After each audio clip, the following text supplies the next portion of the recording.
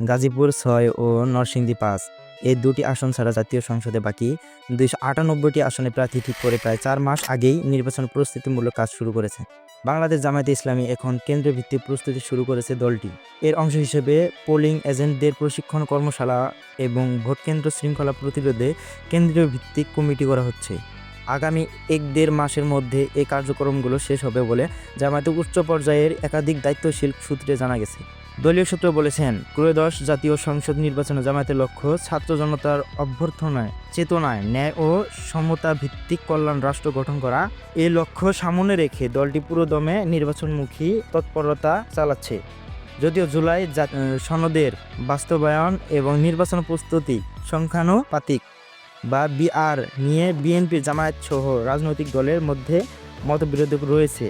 ইতিমধ্যে জামায়াত ইসলামী আন্দোলন সহ ৬টি দল অভিন্ন দাবিতে মাঠে কর্মসূচি শুরু করেছে, যার কারণে নির্বাচন নিয়ে অনিশ্চয়তা দেখছেন অনেকে।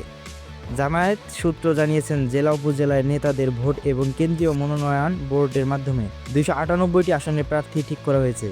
তারা এলাকায় কাজ করলেও এই প্রার্থী তালিকা চূড়ান্ত নয়। সমমনা দলগুলোর সঙ্গে নির্বাচন সমঝোতা হলে কিছু আসন থেকে প্রার্থী সরিয়ে নেওয়া হবে।